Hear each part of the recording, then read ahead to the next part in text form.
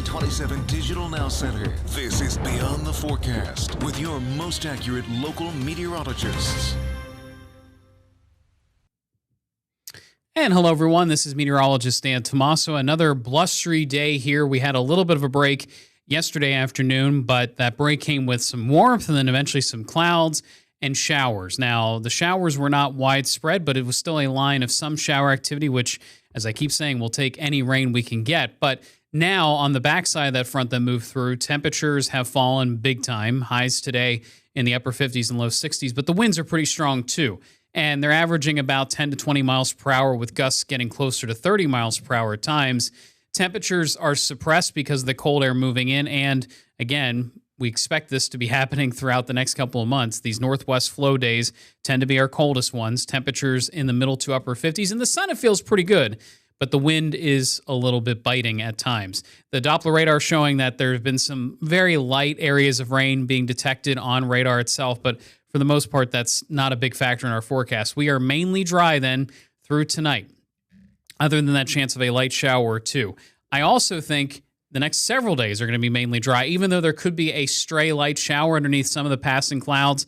It's just not a major player in the forecast. And Precision Cast, again, highlights that slight chance, but we're talking about less than a 10% chance of rain, relatively dry air, mostly responsible for that. So the clouds clear tonight and back to some morning cloud cover tomorrow and even some passing clouds tomorrow afternoon, but the winds do not calm down Thursday or into Friday. So Friday, the winds stay elevated. We will see those at about 10, 20 miles per hour at times.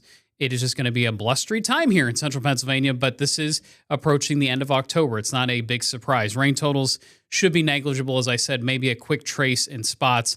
Winds will die down later this evening, so if you're out for a walk, likely seeing some of our weaker winds closer to 7, 8, 9 o'clock at night, but not totally calm overnight into tomorrow, so temperatures don't bottom out into the 30s for most locations, although I think some may. It just won't be widespread. So no threat of frost tonight and tomorrow. Those winds back about 10 to 15 miles per hour.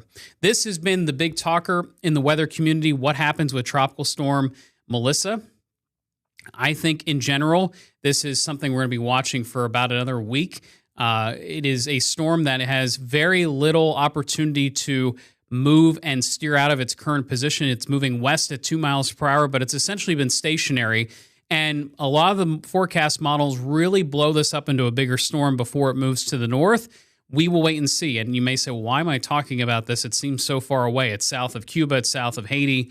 It's south of the Dominican Republic. Well, the reason why I bring it up is that some model forecast guidance brings in a large trough of low pressure over the eastern United States. So if you can kind of picture this, if there's a large trough here, and the storm is moving to the north, there's going to be some interaction there.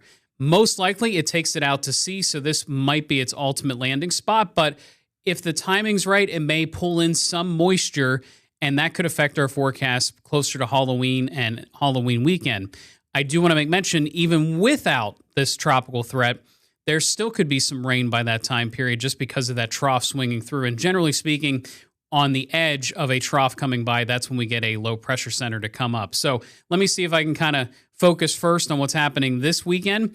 This weekend should be relatively mild. Temperatures in the 50s with some sunshine. And then Monday into Tuesday, our first kind of little taste of the bigger trough to come. There's a trough that settles in Monday into Tuesday.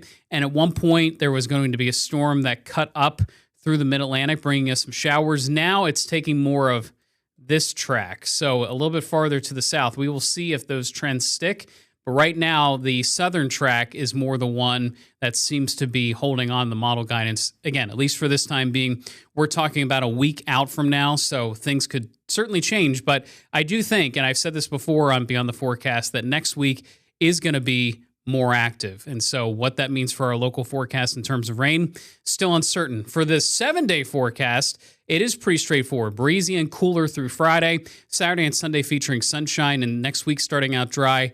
However, if we see different trends in the first trough for the early part of the week, we may get some showers, and then the second half of the week is something to monitor as well. So in the meantime, I'll be here looking at all that and thinking about all that. We'll provide updates as soon as we can. Thanks so much for watching.